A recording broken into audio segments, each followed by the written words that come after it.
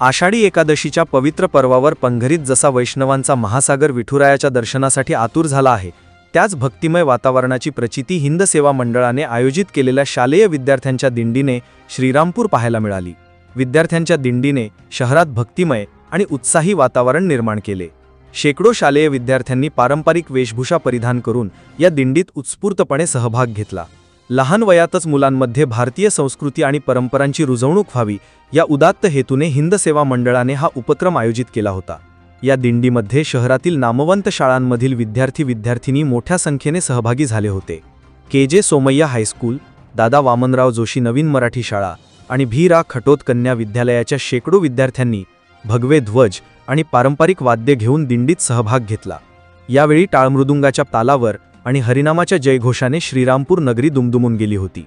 पारंपरिक वेशभूषेत सज्ज असलेल्या चिमुकल्या वारकऱ्यांनी उपस्थितांचे लक्ष वेधून घेतले। शहरातील मुख्य रस्ते आणि छत्रपती शिवाजी महाराज मार्गावरून ही भव्य दिंडी मार्गस्थ झाली, ज्यामुळे संपूर्ण परिसरात एक आनंददायी आणि धार्मिक वातावरण निर्माण झाले होते। या दिंडीत केवळ विद्यार्थीच नव्हे तर त्यांच्यासोबत शिक्षक आणि शिक्षिका यांनीही सक्रिय सहभाग घेतला होता। शिक्षकांनी देखील भक्तिमय संगीताचा आनंद घेतला आणि विद्यार्थ्यांचे मनोबल वाढवले। हिंद सेवा मंडळाच्या या उपक्रमाचे शहरातील नागरिकांनी उत्स्फूर्तपणे स्वागत केले असून लहान मुलांना भारतीय संस्कृतीची ओळख करून देण्याच्या प्रयत्नांचे कौतुक होत आहे।